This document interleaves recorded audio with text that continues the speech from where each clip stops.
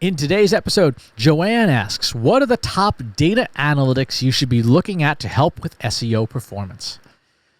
So what do we measure? How do we measure SEO intelligently? What are the things that we should be looking at? There's 5 sets of numbers that I think tell a good story about SEO in a way that we can use to diagnose not only what's happening with our SEO program, but maybe what's going wrong. And some of them can even provide advanced warning that things are not going our way. No surprise, it follows the basic customer journey, right? So your first measure of SEO, organic impressions. This is something you measure in like Bing Webmaster Tools, Google Search Console.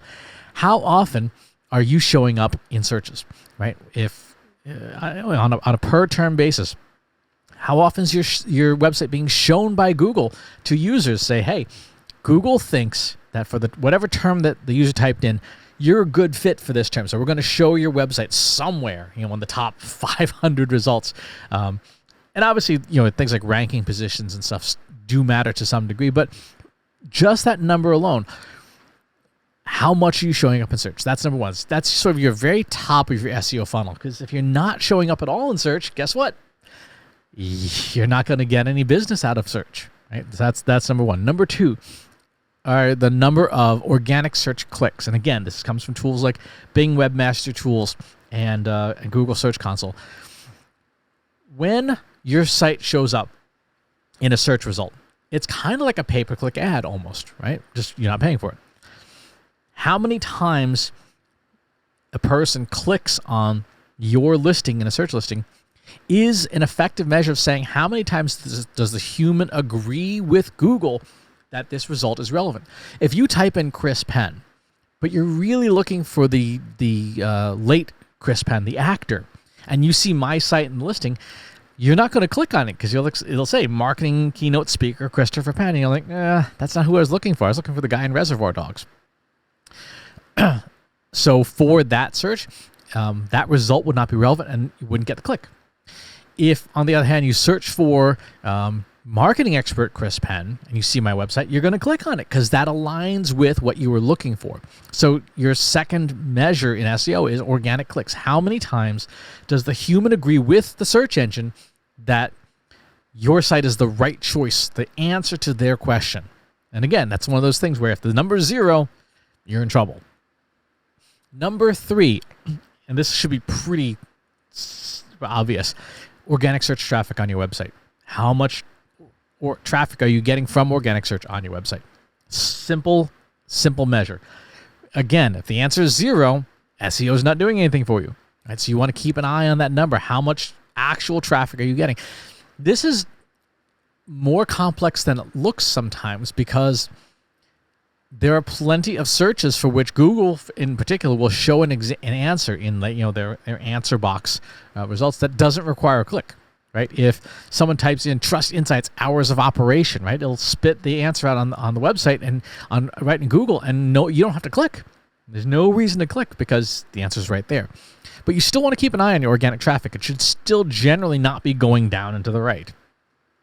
Number 4, and this one is probably the one that I think I see least used, organic session duration. How long does a user from organic search spend with you? How much time do they spend with you during that visit? This is important because, again, if somebody clicks through, maybe they see that snippet, that preview, and they click on the listing. If they spend 2 seconds, like they read the first half, 2 sentences on the page, they're like, no, this wasn't it. And they're out. They didn't see value in what you had to offer. If they come in and they spend like 22 minutes on your site in that session from organic search, not only did they find what they were looking for, but they found a bunch of other stuff they were looking for too. And that's a good thing. That's a great thing. You want that. You want people to come into your site and go, wow, it's like a buffet. There's so much here that I want. Right? So organic session duration is, I think, an important number. And the 5th and final one, conversions, right? How many conversions have organic search somewhere in the conversion journey? Maybe it wasn't the last thing somebody did, but it was in there. It helped. It was part of the journey. If the answer to this number is 0, then organic search isn't doing anything for you.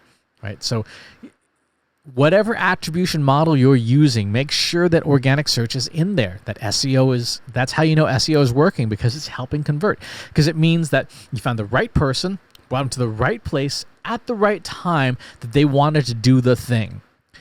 So those are the 5 measures that I like. And the reason I like them is because they tell a story from, does Google or the search engine think you're relevant? Does the user agree? Does the user click through? Does the user spend time with you after clicking through? Does the user do something of value to you, right? That tells that nice story that's very linear from a data perspective. And if you see one of those areas go off the rails, the number just goes to 0, you know what to fix. That's the important part, right? If organic impressions go to 0, it means Google doesn't think you're relevant anymore. And so you need to spend some time optimizing on-site and off-site. If you're not getting clicks, but you're getting impressions, that means that things like your page's appearance in the organic search, it's not answering people's questions, right? They look at the listing and go, that doesn't seem relevant to me, and they don't click on it. You can tune that to some degree. Organic traffic, if people are clicking, are seeing you in the results, that organic traffic number is one that tells you, yeah, we're getting traffic from this search engine to this search engine. There are some customers, some clients I've seen, they get more of their traffic from like Bing or Yahoo than Google. And as long as that traffic's converting, that's good to know. Number 4, if people are not spending time with you, your content sucks. There's no way to sugarcoat that, right? If people don't spend time with you, it's because they don't value you. They don't see what's in it for them in your content. And finally, if there's no conversions, then you're not offering the right things. Assuming you did a good job with the first 4 stages, your offer is broken, right? Your offer is not appealing. Whatever the offer is, download an ebook, subscribe to the newsletter, buy a shirt, whatever, it's not aligned with what people are there for. So those would be the measures that I recommend for SEO. If you're going to be measuring SEO, I like those measures. I like them because they tell you what's wrong. They tell you how to fix it, and they're easy. They're easy to look at. In one dashboard, go, okay, this is up, this is down, this is up, this is down, and you can get started fixing things really quickly. There are tons of other measures and metrics that you can look at and search.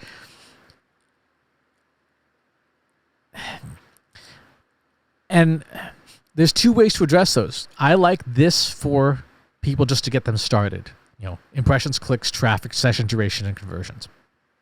If you want to get fancy, you take your conversions and you take all the SEO metrics you have and you do a very sophisticated statistical test, a regression analysis, to see which SEO metrics have the highest correlation to the outcome, conversions, that you care about.